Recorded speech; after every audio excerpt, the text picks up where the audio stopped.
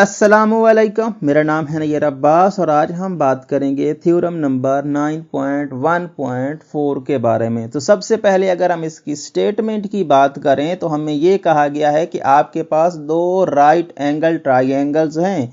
तो इस केस में अगर दोनों राइट एंगल ट्राइंगल्स के जो हाइपोटेन्यूज हैं वो आपस में कॉन्ग्रुएंट हों और इसके साथ साथ एक एक साइड भी आपस में कॉन्ग्रुएंट हो, तो उस केस में आप ये साबित करो कि ये दोनों जो ट्राइंगल्स हैं जो कि बेसिकली राइट ट्राइंगल्स हैं आपस में कॉन्ग्रुएंट होंगे।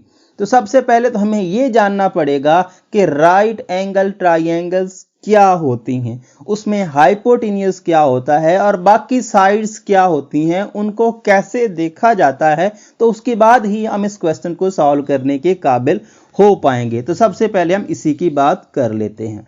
तो सबसे पहले तो आपको यह पता है कि ट्राइंगल क्या होता है। ट्राइंगल बेसिकली ऐसी शेप होती है जिसमें उसके 3 एंगल्स और 3 साइड्स होते हैं और ये क्लोज्ड शेप होती है बेसिकली।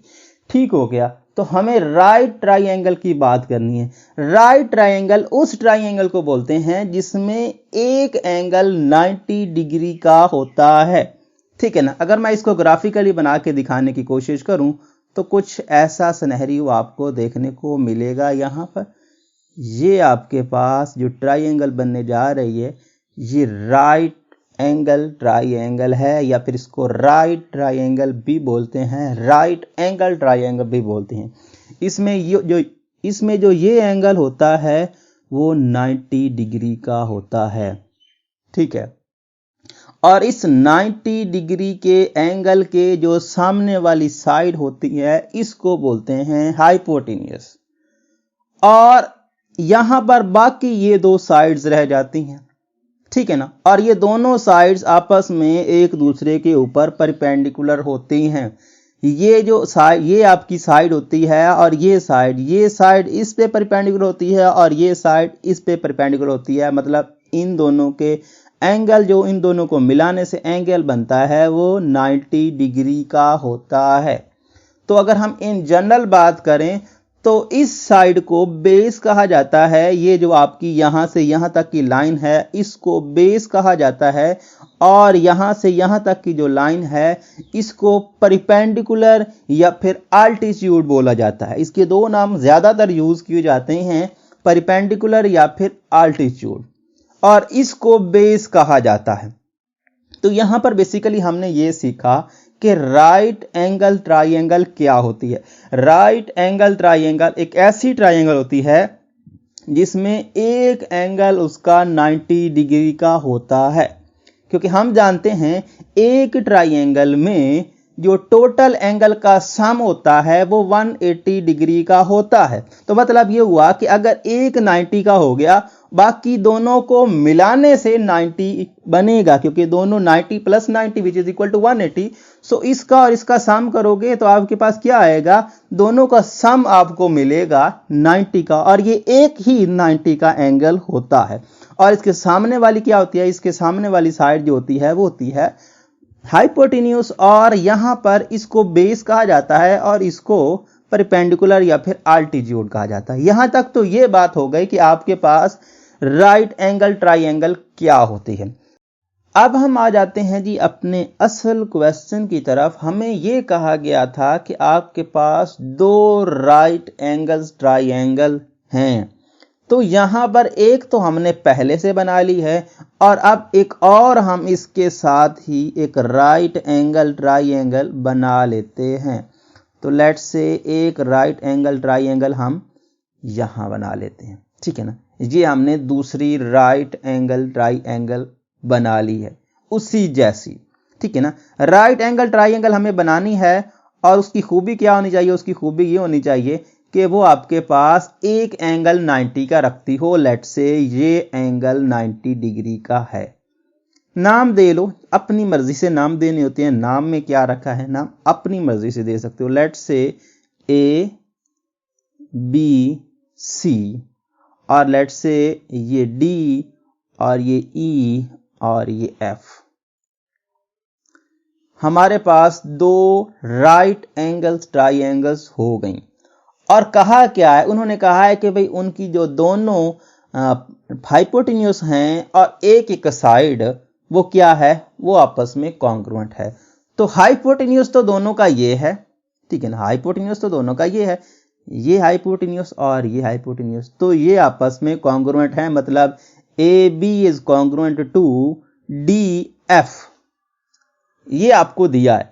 अब बाकी रह गई ये दो साइड, उन्होंने ये नहीं कहा कि कौन सी साइड आपको लेनी है, जो मर्जी ले लें, आप ये ले लें इसके इक्वल या फिर ये ले लें इसके इक्वल। तो हम क्या करते हैं, हम कहते हैं कि भाई ये जो साइड है वो इस साइड के इक्वल है।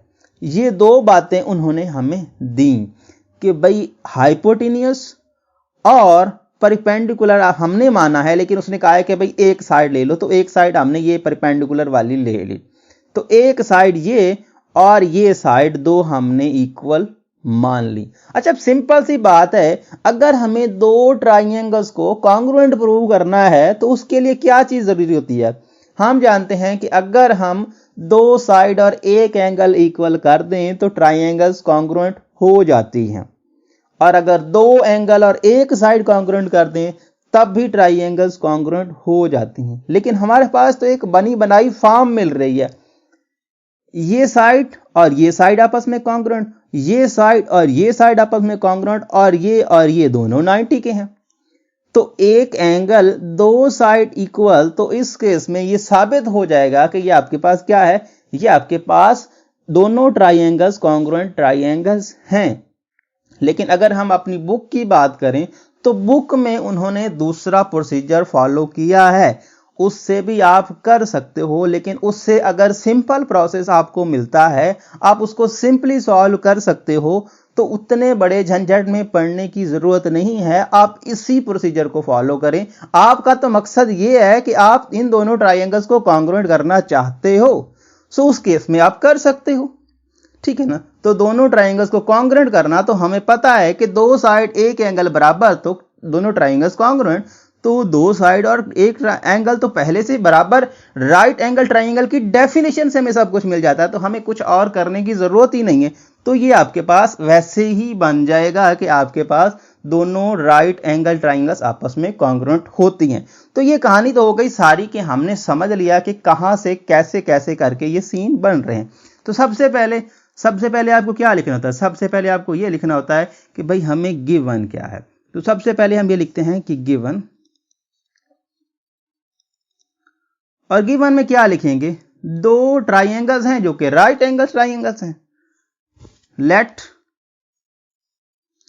ए B C and D E F are two right angle triangle, ये हमने लिख लिया। इसका मतलब क्या है, इसका मतलब यह है कि यहां पर एक एंगल, और यहां पर आप आई की फॉर्म में लिख लें, आई की फॉर्म में ये लिख लें कि यहां पर आई ई की फॉर्म में, मतलब ये हुआ कि आप इसको महसूस कर रहे हो कि एंगल जो होगा, मेजर एंगल जो होगा ये सी है, which is equal to 90 degree, और इसके साथ मेजर एंगल ई जो है वो क्या है, ये ई है ना भाई, ये ई है, तो ये भी हमने 90 डिग्री का मान लिया।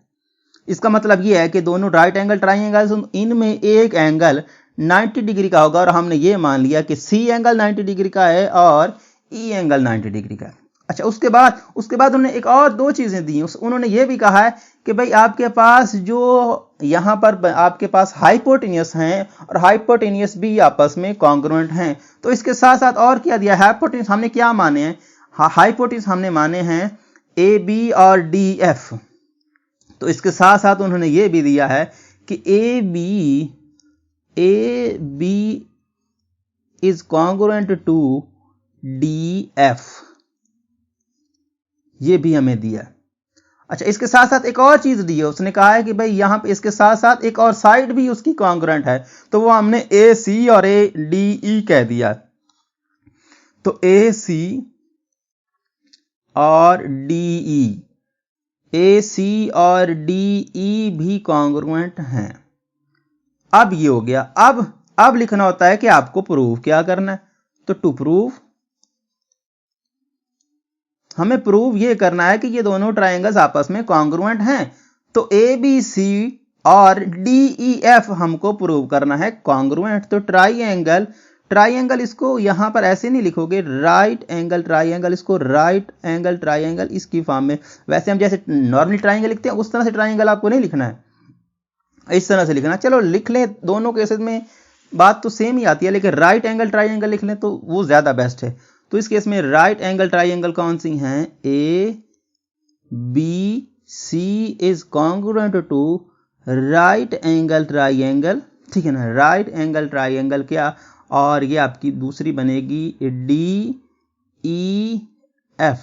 Are congruent. ये चीज आपको साबित करनी है। आप नॉर्मली ट्राइंगल्स भी डाल सकते हो, लेकिन आपको पता है कि वो राइट एंगल ट्राइंगल्स हैं। तो राइट एंगल ट्राइंगल के लिए आप इस ट्राइंगल को 90 का एग्जैक्ट बना के और उसके साथ लिखोगे, जिस तरह से हम नॉर्मली करते हैं, ठीक है ना। जिस तरह से आपके पास राइट एंगल ट्राइंगल होती है उस तरह से लिखें तो ज़्यादा बेस्ट है। लेकिन आप वैसे ट्राइंगल का सिंबल जो नॉर्मली हम यूज़ करते हैं वो भी कर दें तो तब भी कोई इशू नहीं है। अच्छा, यहाँ तक तो हमें ये पता चला कि हमें गिवन क्या था और हमें करना क्या था। अब हमारे पास होता है कि हमें क्या लिखना होता है, हमें लिखना होता है स्टेटमेंट्स। तो स्टेटमेंट्स, और यहां पर हम लिखते हैं रीजंस। और इससे आसान क्वेश्चन कोई हो नहीं सकता, क्योंकि आपको क्वेश्चन से ही सब कुछ आपको दे दिया। अच्छा, सो यहां पर स्टेटमेंट्स और रीजंस, और यही स्टेटमेंट्स में क्या लिखना है, स्टेटमेंट्स में आप एक बार इन दोनों ट्राइंगल्स की आपस में कॉरेस्पॉन्डिंग रिलेशन लिख दो। लेट से ट्राइंगल आपके पास ABC is correspond to basically triangle DEF। इनका हम आपस में रिलेशन देख रहे हैं, और क्या है रिलेशन, ये है कि AC is congruent to DF। Given है ये, हाइपोटेन्यूज हमने इक्वल लिख दिए। उसके बाद हमने यहां पर क्या कहा, यहां पर देखें ना, अगर हम अपनी इक्वेशन की देखें तो ये आपका AB और DE था, मैंने क्या लिख दिया, AB और DF। सो AB बेसिकली AB, यहां पर क्या है AB। तो साथ साथ में मैं इसको कॉपी कर लेता हूं, ये बाद में टेंशन देगा। सो इसको मैं यहां पे, या फिर यही जो हमने ये लिखा है इसको लिख लें कि AB which is equal to DF congruent, और AC is congruent to DE, ACDE। तो AC is congruent to DE। ये भी क्या है, पिछला भी गिवन था और ये भी गिवन है। अच्छा, उसके बाद आप लिख लें कि एंगल C जो है, angle C is congruent to angle angle E, ठीक है ना। ये बात भी हमने पहले देखी है, और यहां पर देखें ये बात भी हमने देखी है। और यहां पर आप लिख लो बोथ आर राइट एंगल, यहां पर आप लिख लें बोथ आर राइट एंगल, दोनों राइट एंगल हैं। यहां पर आप लिख लें angle C which is equal measure angle C which is equal to measure angle E which is equal to 90 degree. So दोनों 90 डिग्री के इक्वल हैं, सो इसीलिए हमने इन दोनों को इक्वल लिखा है। अब दो साइड और एक आपके पास एंगल बराबर, तो आपके पास SAS पोस्टुलेट के हिसाब से ये दोनों ट्राइंगल्स आपस में कॉन्ग्रुएंट हो गई। तो triangle ABC is congruent to triangle DEF। सो ये आपके पास SAS पोस्टुलेट के हिसाब से ये चीज साबित हो गई, ठीक है। सो इस हिसाब से यहां पर हमने SAS पोस्टुलेट के हिसाब से दो साइड और एक एंगल ट्राइंगल्स में अगर कॉन्ग्रुएंट हो जाती हैं तो उस केस में हम इस तरह से लिख सकते हैं कि दोनों जो आपके पास ट्राइंगल्स हैं वो आपस में कॉन्ग्रुएंट हैं। तो इस तरह से ये प्रूव हमारा कवर होता है। लेकिन मैं आपको फिर बता रहा हूं कि जो बुक में उन्होंने किया है वो ठीक है, लेकिन वो उसको वैसे ही खींचने की कोशिश की जा रही है। लेकिन इसको भी आप फॉलो करोगे तो आपका क्वेश्चन गलत नहीं तस्वर होगा। ये भी आपका क्वेश्चन ठीक है, क्योंकि जो इंफॉर्मेशन हमें दे रहा है उसी इंफॉर्मेशन से हमारा काम चल रहा है। तो हम नई थर्ड जो आपके पास ट्राइंगल है उसको क्यों कंस्ट्रक्ट करके ये सब कुछ करें, हमें उसका मतलब ही नहीं बनता। हां, अगर वो ये कहता है कि भाई आपने ये रूल नहीं लगाना, आप इस पे दो साइड और एक एंगल वाला रूल अप्लाई नहीं करोगे, इसके अलावा कोई और रूल अप्लाई करो, या फिर वो मखसूस कहता है कि भाई आप इसको दो एंगल और एक साइड वाला रूल अप्लाई करने के लिए फिर आप दूसरी तरफ जा सकते हो। इसको प्रूव करने का सिर्फ यही मेथड नहीं है, इसको आप बहुत से तरीकों से प्रूव कर सकते हो। ऐसा सीन नहीं है कि भाई सिर्फ यही मेथड है जो आप इसको फॉलो करके इस स्टेटमेंट को प्रूव कर सकते हो, लेकिन ये सबसे शॉर्टेस्ट बनता है। और बाकी लंबी चौड़ी कहानी करने के बजाय हमें क्या है, हमें यहां से सारा काम मिल रहा है, तो हम नेक्स्ट मूवमेंट क्यों दें। तो ये आप इसको फॉलो कर सकते हो, ये आपका ठीक होगा, आपका गलत तस्वुर नहीं किया जाएगा, और ये एक सिंपल वे भी हो सकता है इसको अप्रोच करने का। तो उम्मीद करता हूँ ये वीडियो आपको पसंद आएगा। अगर आपको ये वीडियो पसंद आता है तो इस वीडियो को अपने दोस्तों के साथ, अपने क्लास फेलो के साथ जरूर शेयर करें। Thanks for watching. Allah Hafiz.